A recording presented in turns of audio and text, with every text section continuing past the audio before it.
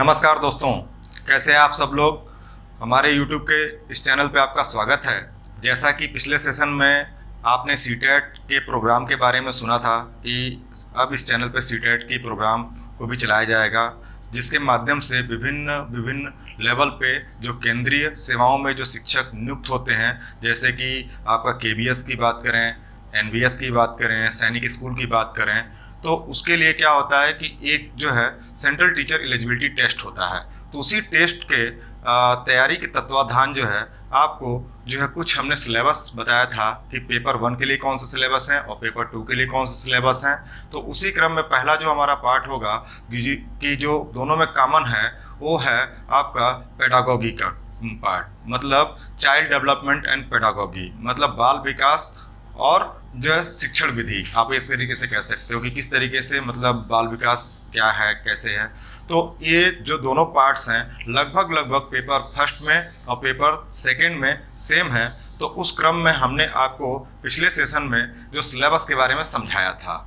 हालांकि इस पेपर को पहले हम थ्योरी के पार्ट्स में बताएंगे कि कौन कौन से इसके लेक्चर्स जो हैं थ्योरीज वाले पार्ट हैं उनको बताएंगे, और बीच बीच में आपके जो प्रीवियस ईयर क्वेश्चन पेपर और नए क्वेश्चंस जो हैं क्या सीटेट डिमांड करता है उसके बेसिस पे समय समय पे आते रहेंगे। तो दोस्तों, इसी क्रम में ज़्यादा देर ना करते हुए आज हमारा जो इस श्रृंखला का जो दूसरा जो पार्ट होगा वो होगा जो है ग्रोथ एंड डेवलपमेंट, वृद्धि और विकास। तो वृद्धि और विकास के बारे में आप जो है कैसे समझोगे, तो उस चीज़ को समझने के लिए हम 1 बाय 1 करके जो है देखेंगे। तो स्टार्ट करते हैं इसको।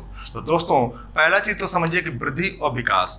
अब चूंकि आपको ये वृद्धि और विकास किसके रेफरेंस में पढ़ना है, यह है चाइल्ड डेवलपमेंट के रेफरेंस में पढ़ना है, यानी 1 से 5 तक के बच्चों को पढ़ाने के लिए किस तरीके का जो है विकास चाहिए, वृद्धि चाहिए, और 6 से 8 तक के बच्चों को के शारीरिक डेवलपमेंट के लिए या उसके वृद्धि विकास के लिए क्या क्या आवश्यक तत्व हैं, इन पे आपको समझना होगा।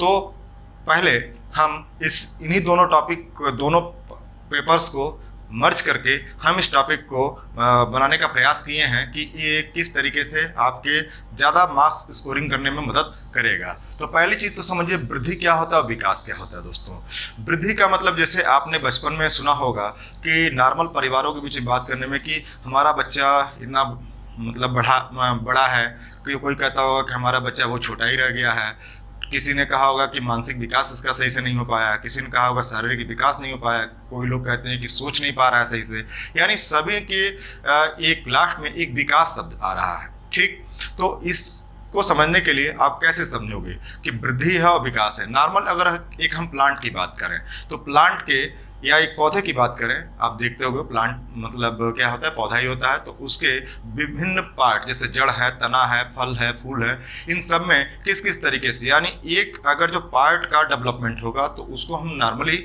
वृद्धि कहेंगे, और पूरे जो है उस पेड़ का जो डेवलपमेंट होगा उसको हम विकास कहेंगे। यानी विकास और वृद्धि में बहुत ज़्यादा अंतर नहीं होता है दोस्तों।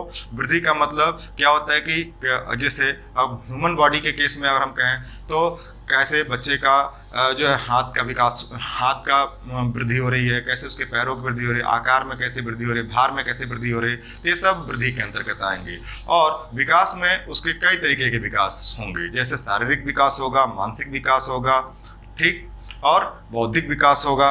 तो इस तरीके से कई तरीके के विकास आपको देखने को मिलेंगे। तो उस क्रम में आप देखो कि पहला जो पार्ट है इसमें सतत विकास। सतत विकास का मतलब कंटिन्यूअस डेवलपमेंट क्या होता है, यानी शिशु अवस्था से लेकर के प्रौढ़ावस्था तक जो विकास के अवस्थाएं होती हैं, इसको आप सतत विकास के पार्ट में देख सकते हो। दूसरी चीज़ क्या होती है कि अब इसमें आप कैसे समझोगे कि बच्चा जो एक छोटा होता है, यानी जिसके अंदर कोई नॉलेज नहीं होता, कोई चीज़ नहीं होती है, जैसे कि आप गर्भावस्था के वृद्धि से, विकास से लेकर के और प्रौढ़ावस्था तक किस किस तरीके से उसके जो शारीरिक लेवल पे क्या परिवर्तन आए हैं, मानसिक लेवल पे क्या परिवर्तन आए हैं, बौद्धिक लेवल पे क्या परिवर्तन आए हैं, तो यही इसी पार्ट को कहते हैं हम सतत विकास।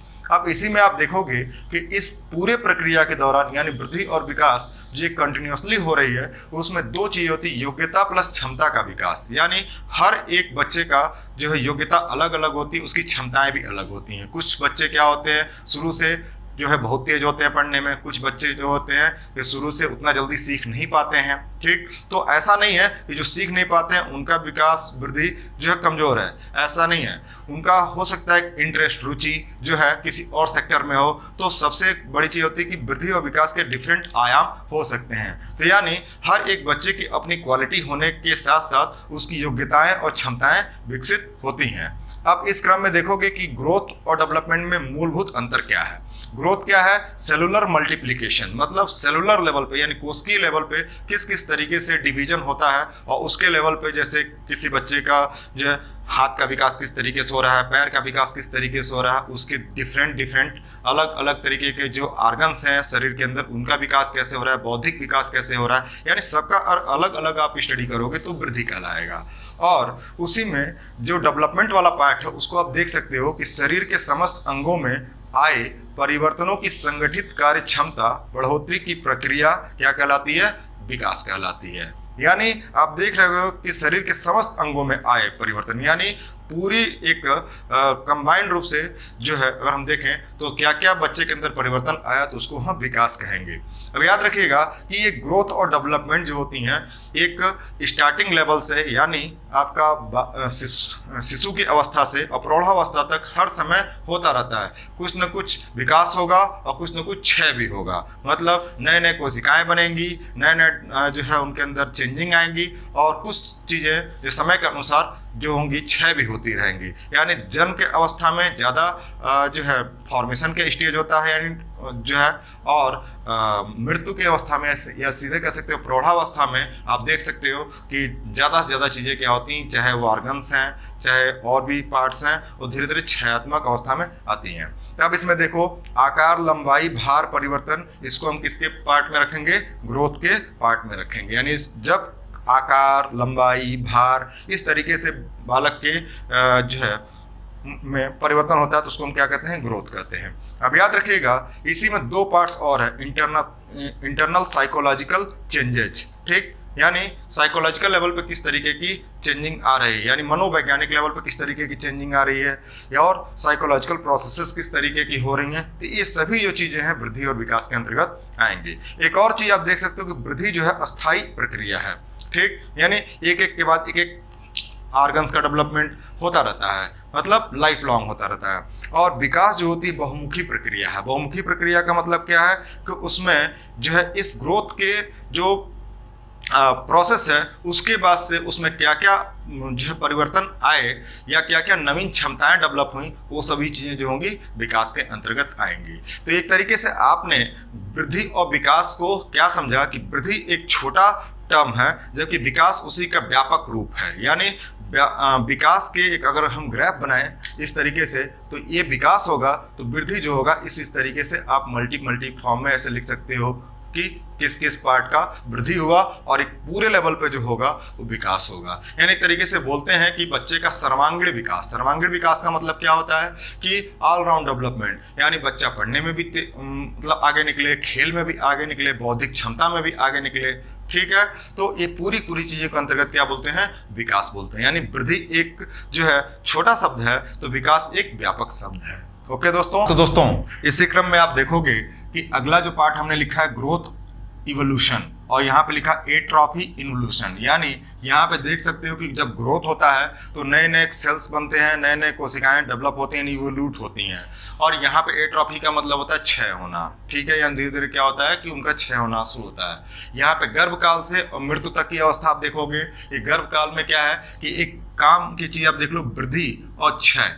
याद रखिएगा दोस्तों, इस पे सीटेट में जो है प्रीवियसली क्वेश्चन पूछे जा चुके हैं, तो एक एक पार्ट्स को आपको जहाँ जहाँ पूछा गया है उस चीज़ को मैं मार्क करता चलूंगा और आप उस पार्ट को और अच्छे से देख लीजिएगा। याद रखिएगा कि सीटेट का आधा पेपर आपका क्या है कि आपके इंटेलेक्ट पर डिपेंड करता है, यानी कितना आप सोच सकते हो। किसके हिसाब से? अगर वो पेपर 1 से 5वीं तक के विद्यार्थियों के जो है पढ़ाने के लिए होता है तो वहाँ पे आपको 1 से 5वीं तक के विद्यार्थियों की टेम्परामेंट के बारे में सोचना होगा, उसकी साइकोलॉजी के बारे में सोचना होगा। और जब छः से लेकर के 8वीं तक के विद्यार्थियों के बारे में अगर जो पढ़ाना होगा तो वहाँ पे उसके हिसाब से सोचना पड़ेगा। यानी टॉपिक यही रहेगा, बस आपका सोच का दायरा जो होगा बदल जाएगा और इसी सोच के दायरे के हिसाब से आप अपने पेपर को पहले ही चांस में हिट कर लोगे। अदरवाइज क्या होता है, सीटेट का पेपर थोड़ा सा इंटेलेक्चुअल होता है, उसको समझ की ज़्यादा जरूरत होती है, रटने की ज़्यादा जरूरत नहीं होती। जबकि अगर अदर स्टेट के जो पेपर्स होते हैं, चाहे आप यूपी टेट की बात कर लो, चाहे स्टेट की बात कर लो, ठीक, तो उनमें क्या होता है कि ज़्यादा से ज़्यादा क्या होता है कि याद करने वाली चीज़ें कि फला जो है साइकोलॉजिस्ट ने क्या कहा, इसने क्या कहा, किसकी क्या थ्योरी है, ठीक है, तो ये सब चीज़ें उसमें ज़्यादा पूछी जाती है। तो ये बेसिक अंतर करते हुए आप पढ़िएगा और अपने नोट्स को जितना कंसाइज हो सके उतना छोटा बनाइए और बार बार रिवीजन करने की प्रवृत्ति डेवलप करें। तो देखें यहाँ पे कि गर्भकाल से लेकर के मृत्यु काल तक क्या होता है कि वृद्धि और विकास की दोनों अवस्थाएं होती हैं। तो गर्भकाल में क्या होता है कि वृद्धि ज़्यादा है, क्षय कम है। और यहाँ पे देखोगे कि मृत्यु की अवस्था में क्षय जो है ज़्यादा होती है और वृद्धि जो होता है कम होता है। इस पार्ट को आप याद कर लीजिएगा। इसी क्रम में देखोगे कि general principle of growth and development, यानी वृद्धि और विकास के सामान्य सिद्धांत क्या क्या हैं। तो इस सिद्धांतों में लगभग 7-8 तरीके के सिद्धांत हैं, जिसमें बोर्ड पर जो 4 लिखे हैं इनको मैं पहले पढ़ देता हूं और इन 4 को समझा देते हैं, फिर अगले 4 को हम आगे वाले उस पर बताते हैं आगे वाले पार्ट्स में। पहला क्या है, निरंतरता का सिद्धांत यानी प्रिंसिपल ऑफ कंटिन्यूटी, ठीक है। व्यक्तिगतता का सिद्धांत यानी प्रिंसिपल ऑफ इंडिविजुअलिटी। तीसरा है परिमार्जितता का सिद्धांत यानी प्रिंसिपल ऑफ मॉडिफिएबिलिटी। और तीसरा जो निश्चित तथा पूर्व कथनीय प्रतिक्रम का सिद्धांत। तो इसमें क्या है, theory of definite and predictable. यानी ये सब पार्ट जो है याद रखिएगा कि सिंपल इसी थ्योरीज के बेसिस पे क्या होता है सीटेट अपने क्वेश्चंस बना देता है। तो इसके मतलब को आपको समझना है। यानी पहले हम पार्ट को लेकर के दोस्तों देखते हैं। पहला पार्ट आपका क्या कहता है कि निरंतरता का सिद्धांत। निरंतरता का मतलब क्या होता है कि आपके शरीर के बच्चे के जो शरीर होती है, जो छोटे बच्चे की बात कर लो या बड़े बच्चे की बात कर लो, तो इनका क्या होता है कि इनमें जो वृद्धि और विकास एक समान अवस्था में नहीं होती है। यानी वृद्धि और विकास क्या होती है, चेंज होती रहती है। ठीक, कैसे चेंज होती रहती है कि प्रारंभिक अवस्थाओं में वृद्धि जो होती है बहुत तेज होती है और धीरे धीरे क्या होती है कि वृद्धि की अवस्थाएं जो होती हैं वो कम होनी शुरू हो जाती हैं और क्या होता है कि क्षय की अवस्थाएं बढ़ती चली जाती हैं। यानी एक बच्चे का जो विकास है वो एम्ब्रियोनिक स्टेज में यानी भ्रूणीय अवस्था में बहुत ज़्यादा है, शैशवा अवस्था में भी ज़्यादा है, लेकिन धीरे धीरे जैसे जैसे बाल्यावस्था से लेकर के और आगे प्रौढ़ावस्था तक वो जो है बहुत सी चेंजिंग आती हैं और उसमें आप देखते होंगे कि क्षय का जो प्रोसेस है वो बढ़ जाता है और वृद्धि का प्रोसेस जो होता है कम होता है। यानी ये वाली जो थ्योरी है कुछ इस वाले पार्ट से कोरिलेटेड है।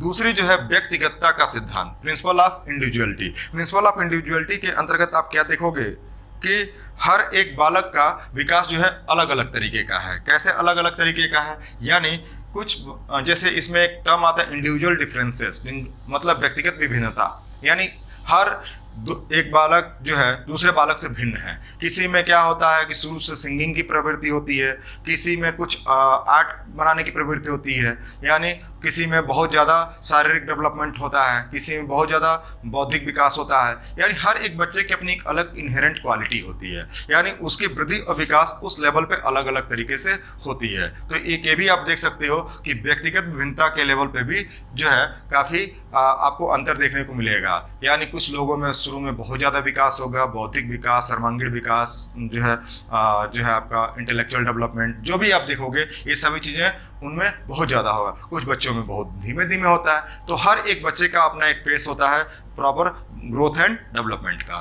तीसरी जो है परिमार्जितता का सिद्धांत। परिमार्जितता का सिद्धांत का मतलब क्या होता है दोस्तों कि जो है कि अगर जो वृद्धि और विकास की प्रक्रिया में अगर सही तरीके से जो प्रयास किए गए हैं, सही तरीके से मतलब एक ऐसी फैमिली है कि जो बच्चे के विकास के लिए हर एक प्रोसेस को देख रही है, यानी उसको सही समय पे प्रॉपर डाइट देना, सही समय पर उसका प्रॉपर जो है स्कूल भेजना ताकि वो चीज़ें सीख सके, ऐसे समाज का निर्माण करना जहाँ से वो अच्छी बातों को सीख सके, तो वहाँ पे उस बच्चे का विकास बहुत तेज़ी से होगा। यानी अब जो है एक प्लान्ड तरीके से किए गए प्रयासों के माध्यम से क्या होगा कि बच्चे का सर्वांगीण विकास बहुत अच्छे लेवल का होगा। और एक दूसरी जगह ऐसा है कि एक बच्चा ऐसा है कि जहाँ पे उसको ऐसा परिवेश मिला है कि जहाँ पे हर जगह कला का माहौल है, हर जगह उसको दिक्कतों का सामना करना पड़ रहा है, कहीं कहीं पर डिस्क्रिमिनेशन उसके साथ हो रहा है कि यहाँ नहीं आना है, वहाँ नहीं आना है, स्कूल से भगा दिया जा रहा है, ठीक है, कहीं और सार्वजनिक जगहों से भगा दिया जा रहा है, तो उसके अंदर क्या होता है, कुंठा की भावना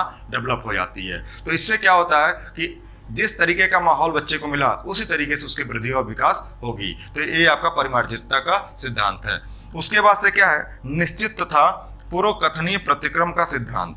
अब इसके तहत आप क्या देखोगे, निश्चित तथा पूर्व कथनीय जो है सिद्धांत। अब इसमें आप 3 पार्ट्स को स्टडी करोगे, किस तरीके से कि इसमें भी आप देखोगे कुछ डेवलपमेंट जो है सर्कुलर मॉडल में होता है, यानी सर्कुलाकार माध्यम में होता है, कुछ जो है सिफेलोकार्डल के फॉर्म में होता है, मतलब पहले सिर का डेवलपमेंट होगा फिर पाँव का डेवलपमेंट होगा, और कुछ जो है आप नियर टू डिस्टेंस वाला देखोगे। तो इसको हम अगले वाले पार्ट में बताते हैं। हाँ तो दोस्तों, इसी क्रम में आप देखेंगे कि चौथे पार्ट में जो प्रिंसिपल ऑफ डेवलपमेंट था उसमें है प्रिंसिपल ऑफ डेफिनिट प्रेडिक्टेबल, वो जो मैंने वहाँ पे लिखा हुआ था। तो उस क्रम में आप देखोगे कि हर एक जीवधारी का अपना एक समान प्रतिमान होता है। जैसे कि मनुष्य है तो मनुष्य की जो संतान होगी मनुष्य जैसी होगी, बिल्ली है तो बिल्ली, कैट मतलब बिल्ली, बिल्ली के भी बच्चे बिल्ली के प्रतिरूप के होंगे, रैट है तो रैट के जो होंगे उनके बच्चे रैट के प्रतिरूप के होंगे, यानी फिश है तो फिश के भी प्रतिरूप जो है फिश के भी बच्चे जो होंगे फिश ही होंगे। तो कहने का मतलब कि समान जीवधारियों में जिस तरीके का जीवधारी होगा उसी तरीके के उसके आगे प्रोजिनी होगी, यानी उसके वंशज होंगे। तो ये भी एक है विकास का सिद्धांत, ये भी एक डेवलपमेंट का सिद्धांत है। उसके बाद अगला जो पार्ट है वो है समान प्रतिमान का सिद्धांत, प्रिंसिपल ऑफ यूनिफॉर्म पैटर्न, मतलब किस तरीके से यूनिफॉर्मली जो है डेवलपमेंट होता है। तो इसमें याद रखिएगा कि लगभग हर एक जीवधारी के डेवलपमेंट के एक अपने अलग अलग फीचर्स हैं, किस किस तरीके से कौन सा जीवधारी डेवलप करेगा। उसी तरीके से अगर मनुष्यों की बात करें तो मनुष्यों में भी आप देखोगे कि 3 तरीके का डेवलपमेंट मिलता है। पहला जो होता है नियर डिस्टेंट डेवलपमेंट, यानी निकट दूर विकास। दूसरा होता है सिफेलोकार्डल मस्तिका ध्वमुखी जो है विकास, और तीसरा होता है स्पाइरल डेवलपमेंट वर्तुलाकार विकास। यानी इस पूरे पार्ट्स को देखो तो इस वाले पार्ट पे याद रखिएगा दोस्तों, सीटेट पे आपके क्वेश्चंस बहुत ज़्यादा पूछे जा चुके हैं, मतलब हर साल लगभग अल्टरनेट करके इस पे क्वेश्चन बहुत ज़्यादा आते हैं। तो जो पार्ट से जहाँ से क्वेश्चन आए हैं वहाँ पे मैं स्टार बनाता जाऊँगा, और उसको आप और अच्छे से अपने जो है लर्निंग में उसकी कर लीजिएगा, उसके क्वेश्चंस को लगा लीजिएगा, जिससे आपकी एक क्वेश्चन एक मार्क्स के आपके पक्का हो जाएंगे, ठीक है। तो इस क्रम में आप कैसे इस चीज़ को देखोगे, तो इसमें याद रखिए कि हर एक जीवधारी का अपना अलग अलग डेवलपमेंट होता है, मतलब कोई जो है एक निश्चित पैटर्न के हिसाब से डेवलप करता है, किसी में डिफिनिट होता है, किसी में इनडिफिनिट होता है। तो इस क्रम को किस तरीके से देखोगे, इसी को बोलते हैं प्रिंसिपल ऑफ डेवलपमेंट, मतलब विकास के सिद्धांत एक तरीके से कह सकते हो। तो अब प्रिंसिपल ऑफ डेवलपमेंट में आप देखो तो पहली चीज़ तो हम इस वाले पार्ट पे आते हैं, सिफेलोकार्डल। सिफेलोकार्डल का मतलब क्या होता है कि बच्चा जब अपने भ्रूणी अवस्था में होता है, मतलब माता के गर्भ में होता है, तो उस दौरान सबसे पहले उसका जो होता है क्या कि सिर का डेवलपमेंट होता है, ठीक। और सिर के बाद से क्या होता है कि पाँव का डेवलपमेंट होता है। एक तरीके से देखो कि पहले हेड का डेवलपमेंट हुआ और उसके सबसे लास्ट में जो होता है उसके पाँव का डेवलपमेंट होता है। यानी जो विकास का जो क्रम है वो सिर से लेकर के पाँव की तरफ है। यानी एक तरीके से देखो तो इसका नाम है सिफेलो। सिफेलो का मतलब क्या होता है, हेड, और कॉर्डल का मतलब क्या होता है, नीचे वाला, कॉर्डल रीजन, नीचे वाला, यानी पैर वाले, यानी एक तरीके से कर सकते हो कि नीचे वाला पार्ट का। यानी इसमें अगर विकास का जो क्रम होगा गर्भावस्था में वो किस तरीके से होगा, सबसे पहले हेड का डेवलपमेंट होगा, यानी सिर का विकास होगा, फिर ट्रंक का विकास होगा, यानी हेड वाला पार्ट ए वाला हो गया, ट्रंक मतलब उसके बाकी ये सब पार्ट्स जो डेवलप होंगे, मतलब बीच वाले पार्ट्स जो होंगे जिसमें हाथ हैं आपके और बाकी और सब वाइटल ऑर्गन्स हैं, और सबसे लास्ट में जो होगा वो किसका, हेड हो गया, फिर ट्रंक हो गया, फिर जो होगा लास्ट में जो है कॉर्डल रीजन में यानी उसके लेग्स का डेवलपमेंट होगा। तो इस तरीके से विकास का एक क्रम होता है। और याद रखिएगा कि जब बच्चा बच्चे का जन्म हो जाता है, उसके बाद की जो विकासात्मक अवस्था होती है वो भी इसी क्रम में होती है। यानी सबसे पहले बच्चा जो होता है वो अपने सिर पर नियंत्रण करना सीखता है, फिर बाद में क्या होता है कि अपने ट्रंक पर नियंत्रण करना सीखता है, यानी किस तरीके से हाथ पाँव, मतलब आप देखो कि 1 महीने के बच्चे का, 2 महीने का तो हाथ पाँव ज़्यादा हिलाएगा। फिर उसके बाद से क्या होता है कि धीरे धीरे जब विकास हो जाता है तो 1 साल के बाद से आपने देखा होगा कि अपने पैरों पर चलना वो सीखता है। यानी सबसे पहले सिर का विकास हुआ और उसी के माध्यम से क्या होता है अपनी भावनाओं को प्रकट करता है, चाहे रो करके, चाहे मतलब इधर उधर रोटेट करके अपनी भावनाओं को प्रकट करता है। उसको भूख लगती है तो उसी तरीके से प्रकट होती है। ठीक, उसके बाद से क्या होता है हाथ का विकास होता है और जितने वाइटल ऑर्गन है उनका डेवलपमेंट होता है, मतलब किसमें, कोऑर्डिनेशन के फॉर्म में आप देख सकते हो। और उसके बाद से सबसे लास्ट में होता है पैरों का विकास होता है। यानी एक तरीके से आप देखो तो इसमें दूसरी थ्योरी आपकी प्रूव होती है, near distant development. Near distant development का मतलब क्या होता है कि सबसे पहले मस्तिष्क वाला पार्ट और सबसे लास्ट में लेग वाला पार्ट, यानी मस्तिष्क से लेग तक, यानी मस्तिष्क जो हो गया नियरर पार्ट डेवलपमेंट जिसपे वो कंट्रोल करना सीखता है, और लास्ट में क्या होता है लेग वाले पार्ट का डेवलपमेंट होता है। तो ये भी पार्ट हो गया। तीसरा क्या होता है स्पाइरल डेवलपमेंट। स्पाइरल का मतलब क्या होता है कि चारों तरफ उसके और जो ऑर्गन एक दूसरे से कोऑर्डिनेट करते हैं, ये सब का डेवलपमेंट जो होता है स्पाइरल डेवलपमेंट में आता है। इसके बाद से दोस्तों अगला जो पार्ट है इसको आप ढंग से देख लीजिएगा कि ये पार्ट जो है सीटेट के पॉइंट ऑफ व्यू से बहुत इंपॉर्टेंट पार्ट है, इसको और आप अच्छे से समझ लीजिएगा। ठीक, मेरा सिर्फ यहाँ पे जो है उद्देश्य ये है कि आपको हर एक पार्ट से अवगत कराना, बाकी चीज़ों को जो है आपको खुद भी देखना होगा बाय द क्वेश्चंस के माध्यम से किस तरीके से क्वेश्चन बने हैं। और याद रखिएगा दोस्तों, यहाँ पढ़ाने के बावजूद भी अगर आप अपना जो है मनोविज्ञान अपना यूज नहीं कर रहे हो, अपना इंटेलेक्ट नहीं यूज कर रहे हो, तो ये क्वेश्चंस नहीं कर पाओगे। ठीक, इस क्रम में देखोगे अगला है समन्वय का सिद्धांत, प्रिंसिपल ऑफ इंटीग्रेशन। इंटीग्रेशन का मतलब क्या है, अब बच्चे का विकासात्मक डेवलपमेंट अगर हो गया, किस विकासात्मक जो चीज़ें आप देख रहे हो कि कैसे कैसे, तो वो अपने बॉडी के डिफरेंट पार्ट में किस तरीके से कोऑर्डिनेट कर रहा है, यानी हाथ पैर एक दूसरे से किस तरीके से मतलब आप प्रॉपरली कोऑर्डिनेट कर रहे हैं, समन्वय कर रहे हैं। जैसे कि अगर बच्चे को पता चला कि कहीं पे गर्म कोई चीज़ दिखती है, मतलब कोई गर्म चीज़ का एहसास होता है, तो किस तरीके से पहली बार वो छूता है और दूसरी बार क्या होता है वहाँ से हाथ हटा लेता है। तो कैसे हटाता है, यानी उसका ब्रेन प्रॉपर सिग्नल दे रहा होता है उस हाथ पे कि भाई ये चीज़ गर्म है, तो इसको अगली बार वो नहीं छूता है। यानी वो हर अपने गलतियों को जो करता है उससे सीखता है और आगे वो गलतियों दोहराने से बचता है। यानी एक तरीके से हर एक ऑर्गन का अपना कोऑर्डिनेशन होता है। ठीक, इसी क्रम में आप देखोगे अपना अगले पार्ट्स को, यहाँ पे जो 7वां वाला पार्ट्स है दोस्तों, अगला जो पार्ट आप देखोगे 7वां जो है वंशानुक्रम तथा वातावरण की अंतःक्रिया का सिद्धांत। यानी यहाँ पे 2 टर्म आप देखोगे दोस्तों, वंशानुक्रम क्या होता है, वातावरण क्या होता है। पहली चीज वंशानुक्रम का मतलब क्या होता है कि एक तरीके से ऐसे लक्षण जो बच्चों को उनके माता पिता या उनके पूर्वजों से प्राप्त होता है। जैसे आपने देखा होगा कि कोई बच्चा जो घर में पैदा होता है तो उसमें तमाम तरीके की अटकलें लगाई जाती हैं कि बच्चा का जो है कलर इसमें गया है, मतलब नानी में गया है, या बच्चे की आंख इसमें है, बच्चे का पैर इसमें है, उसका चेहरा इस तरीके से है। यानी सभी लोग क्या होता है कि कुछ न कुछ उसमें अपने पूर्वजों के गुण देखते हैं। यानी माता पिता के वे लक्षण जो उसकी संतानों में एक पीढ़ी से दूसरी पीढ़ी स्थानांतरित होते हैं, उसे हम क्या कहते हैं, वंशानुक्रम कहते हैं। और इन्हीं वंशानुक्रम के माध्यम से बच्चे का वातावरण, तो यानी याद रखिएगा एक बच्चे के विकास के लिए मतलब अब जो अच्छे वंशानुक्रम गुण हैं, ठीक, वो किस तरीके से उसके वातावरण को प्रभावित करते हैं और उनके बीच के अंतःक्रिया से कैसे उनका विकास होता है। यानी बच्चे का वंशानुक्रम तो सही है लेकिन उसका वातावरण गड़बड़ है, यानी उसका जो वातावरण एक तरीके से जो है ऐसे लोगों के बीच में है कि जो मतलब उसके विकास में बाधक हैं। जैसे अब एक हम बात करें कि चोरों की मोहल्लों की बात करें कि चोर अगर हैं एक जगह पे और वहाँ पे बच्चा क्या होगा कि बच्चा धीरे धीरे क्या होगा चोरी की ही हैबिट सीखेगा।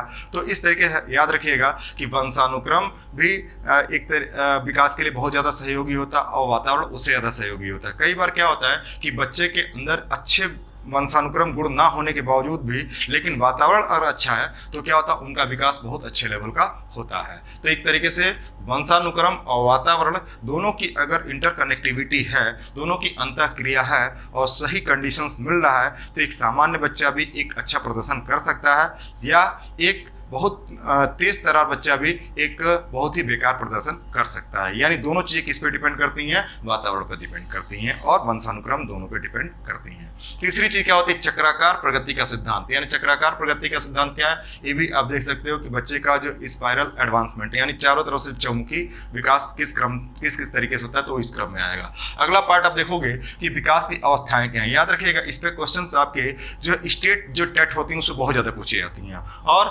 सीटेट में भी क्वेश्चंस कई बार पूछे गए हैं। आप अपने प्रीवियस ईयर पेपर में देख सकते हो। मैं बार बार इस चीज़ को क्यों बोल रहा हूँ, क्योंकि आप इन पॉइंट्स को देखो और अपने क्वेश्चंस ले करके बैठो कि कहाँ कहाँ कौन कौन से क्वेश्चंस आई हैं, तभी आपके पेपर क्लियर हो पाएगा। तो इसमें आप देखिए विकास की जो अवस्थाएं हैं लगभग वो हम 5 पार्ट में बांटे हैं। एक एक करके देख लेते हैं। पहला क्या होता है, गर्भावस्था, इसको हम बोलते हैं प्रीनेटल, और ये माता के गर्भ धारण की अवस्था से शुरू होकर के और शिशु जन्म की अवस्था तक। यानी नॉर्मली अगर जो हम बोलें मनुष्यों की अगर हम बात करें तो उसमें 9 महीने तक का होता है। जानवरों की बात करें तो उसमें अलग अलग लेवल पे क्या होता है, गाय का अलग है, कुत्ते का अलग है, बिल्ली का अलग है, यानी सबका अपना गर्भ काल जो है अलग अलग होता है। ठीक, तो उसमें जो विकास है गर्भावस्था के दौरान क्या क्या उस बच्चे के अंदर एम्ब्रियोनिक डेवलपमेंट के अंदर क्या क्या डेवलप हुआ, हेड का विकास कैसे हुआ जैसे मैंने बताया पहले, फिर उसका ट्रंक का विकास कैसे है यानी धड़ का विकास कैसे हुआ, फिर पाँव का विकास कैसे है, ये पूरी प्रक्रिया जो है ये गर्भावस्था के दौरान होगी। दूसरी चीज़ जो होगी वो शैशवावस्था होती है दोस्तों। शैशवावस्था का मतलब क्या है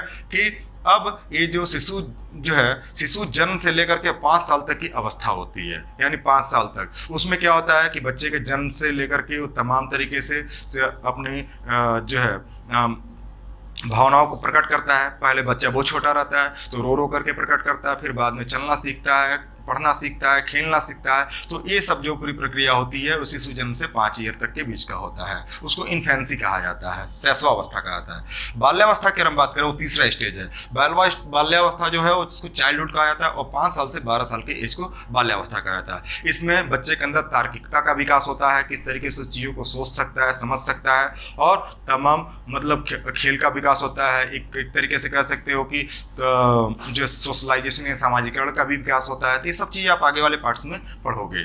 चौथा पार्ट जो होता है किशोरावस्था। किशोरावस्था क्या है, वो 12 साल से 18 साल की, यानी इसके अंदर ये बच्चे का क्या होता है कि एक ऐसा अवस्था होता है जिसमें उसके डिसीजन मेकिंग पावर की अवस्था होती है, एक तूफानी अवस्था होती है जिसमें बच्चे का हार्मोनल चेंजेज आते हैं। ठीक, बच्चा या बच्ची जो भी हो, तो ये किशोरावस्था की अवस्था होती है, इसको भी आप आगे पढ़ोगे। अगला होता है प्रौढ़ावस्था यानी एडल्टहुड, यानी 18 साल से ऊपर के जो भी अवस्थाएं होती हैं वो क्या होता है कि एडल्टहुड के अवस्था में आता है। उसके बाद से देखोगे कि अगला पार्ट जो विकास के पक्ष यानी जो डेवलपमेंट का जो डायमेंशंस हैं, एस्पेक्ट्स हैं, वो किस किस तरीके से हैं, इसको 5 पार्ट्स में देखेंगे।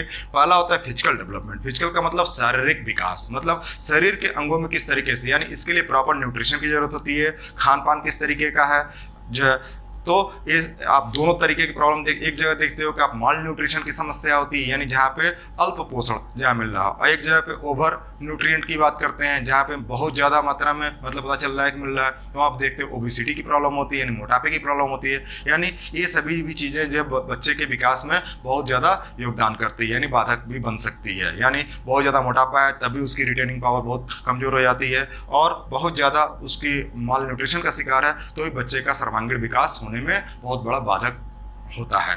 ठीक, तीसरा चीज क्या, दूसरा है इसमें मेंटल डेवलपमेंट, मतलब जो है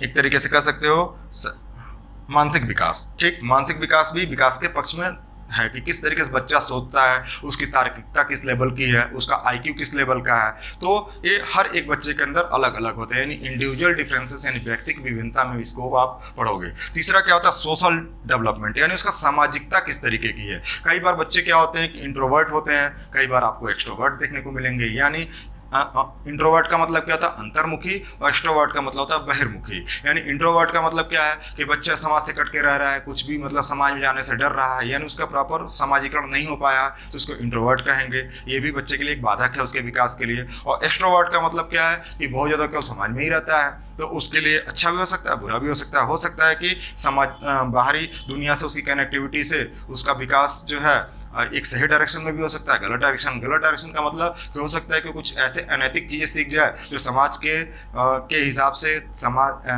के हिसाब से क्या हो गड़बड़ हो, यानी एक तरीके से डेमोक्रेटिक फॉर्म में ना हो। ठीक। तीसरी चीज़ें क्या होती है इसमें, आप देखोगे इमोशनल डेवलपमेंट, यानी बच्चे के अंदर संवेगात्मक डेवलपमेंट किस तरीके का हो रहा है, यानी उसके अंदर बड़ों के प्रति आदर भाव है कि नहीं है, और जो उसके अंदर और संवेदनाएं उत्पन्न होने, किसी के लिए करुणा है कि नहीं है, भय भी है कि नहीं है। तो ये सभी चीज़ें क्या होती हैं, पहले लेवल पे उसके परिवार से मिलती हैं, दूसरे लेवल पे क्या होते हैं उसके पाठशालाओं से मिलती हैं, ठीक है, और तीसरे लेवल पे समाज से भी मिलती हैं। यानी कई बार आपने देखा होगा कि कई बार बच्चों के अंदर संवेगात्मक जो है चीज़ों का बहुत कमी होता है, तो इसके वजह से क्या होता है कि उनके अंदर तमाम तरीके के डिसऑर्डर्स हो जाते हैं, यानी एक तरीके से समाज से अपने आप को जुड़ाव नहीं कर पाता है और समाज के लिए एक तरीके से खतरा उत्पन्न होता है। तीसरी चीज़ इसमें आप देखोगे मोरल डेवलपमेंट। मोरल डेवलपमेंट के बारे में आप क्या जानते हो कि नैतिक विकास किस तरीके की जरूरी है, यानी याद रखिएगा दोस्तों, इन सभी पार्ट्स को देखने के बावजूद भी मोरल डेवलपमेंट का पार्ट बहुत ज़्यादा जरूरी है, यानी नैतिक विकास किस तरीके से डेवलप करे बच्चे के अंदर, ठीक। नैतिकता देश के प्रति, समाज के प्रति, बड़ों के प्रति, अपने पेरेंट्स के प्रति, अपने रिलेटिव्स के प्रति किस तरीके की नैतिक गुण उसके अंदर, क्योंकि एक प्रॉपर जो है सामाजिक विकास में नैतिकता का होना बहुत जरूरी है, क्योंकि जब तक नैतिकता नहीं रहेगी तब तक ये बाकी की जो भी डेवलपमेंट के एस्पेक्ट्स हैं वो अपूर्ण रहें। हाँ तो दोस्तों, इसी क्रम में आप देखोगे कि जो है ये अगला पार्ट जो है इसका theories of growth and development, यानी वृद्धि एवं विकास के सिद्धांत क्या है, मतलब कौन कौन से ऐसे सिद्धांत दिए गए हैं जिसको आप अभी कल समझना होगा, और इसको आगे जा करके इसके बारे में डिटेल स्टडी करेंगे। जैसे कि अब वृद्धि और विकास के जो प्रमुख कारण है, पहला है मैच्योरेशन और तीसरा है लर्निंग, ठीक। मैच्योरेशन और लर्निंग, तो इन दोनों में दो चीज़ याद रखिएगा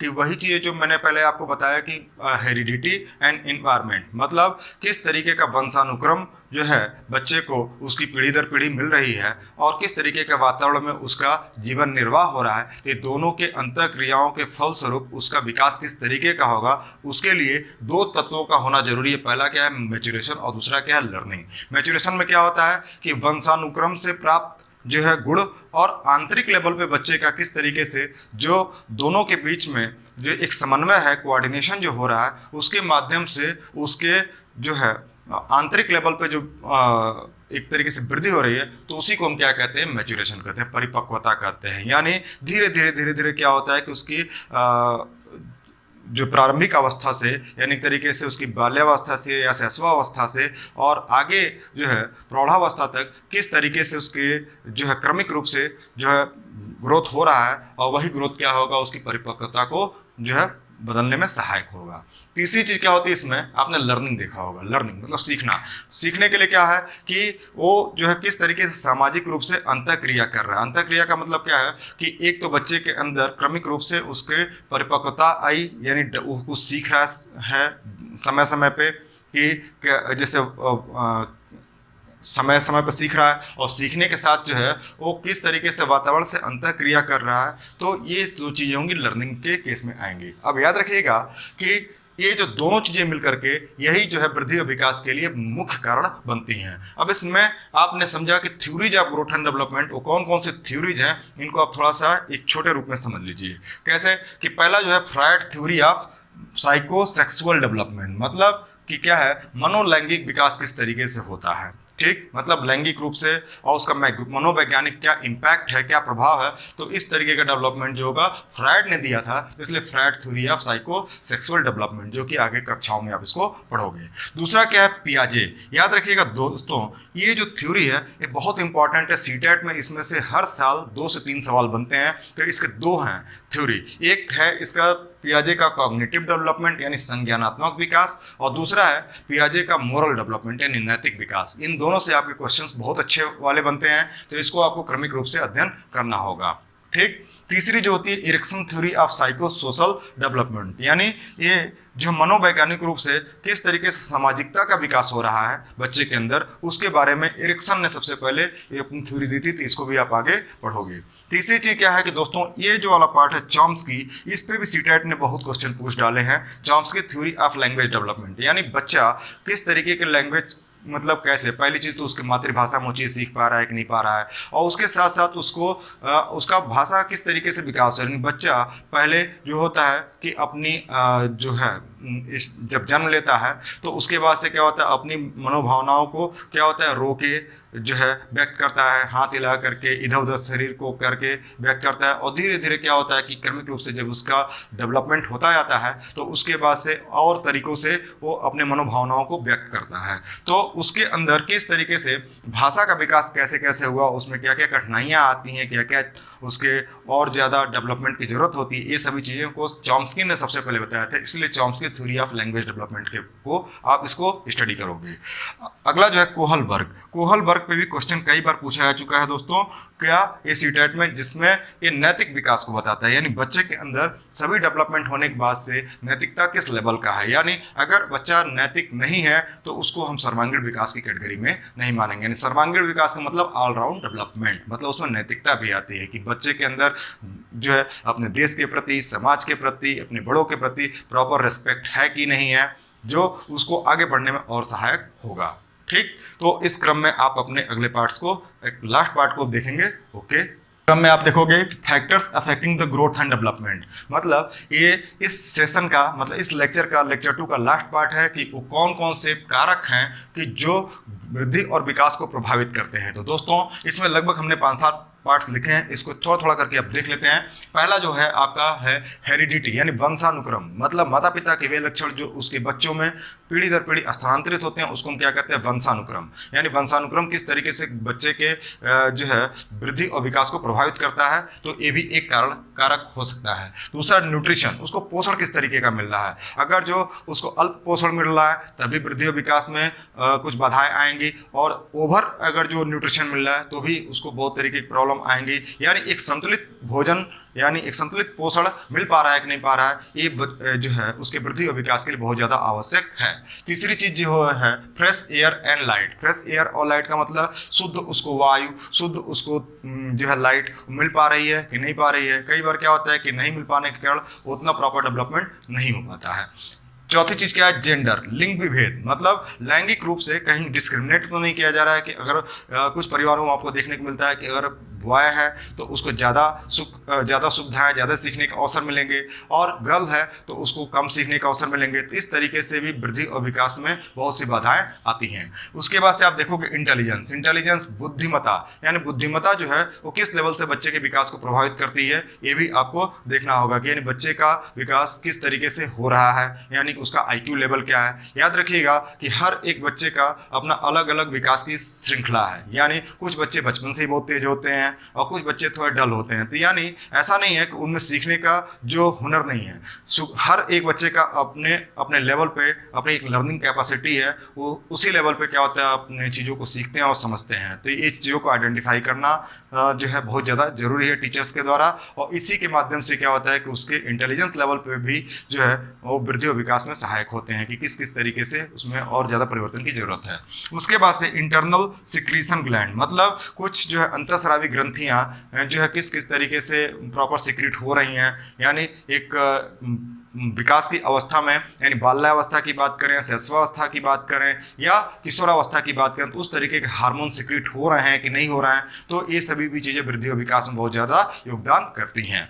उसके बाद से अगला जो पार्ट है इसमें आप देखोगे कि डिजीज एंड इंजरीज, मतलब रोग और जो है इंजरी की हम बात करें तो ये भी जो है बच्चे के विकास को बहुत ज़्यादा प्रभावित करते हैं। यानी एक बच्चा जो बचपन से बहुत ज़्यादा बीमार रहता है, हाँ, मतलब तो उसके लर्निंग कैपेसिटी में बहुत ज़्यादा दिक्कत आएगी, उसको सोचने की क्षमता में बहुत ज़्यादा दिक्कत आएगी, समझने में दिक्कत आएगी, सामाजिकता का विकास उसमें थोड़ा कम हो पाएगा। तो ये भी एक फैक्टर जो होती हैं। और एक बच्चा जो हाईली स्वस्थ है, बहुत ज़्यादा क्या है कि लोगों से मिलना घुलना वो पसंद करता है, खेल की भावना उसके अंदर जो है ज़्यादा है, मतलब खेलता है, साथ में अपने पीयर ग्रुप के बीच में ज़्यादा खुश रहता है।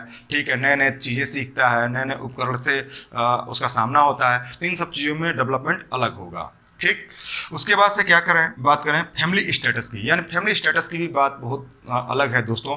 अगर दो है हमारी सोसाइटी में, एक है गरीब फैमिली, एक है अमीर फैमिली।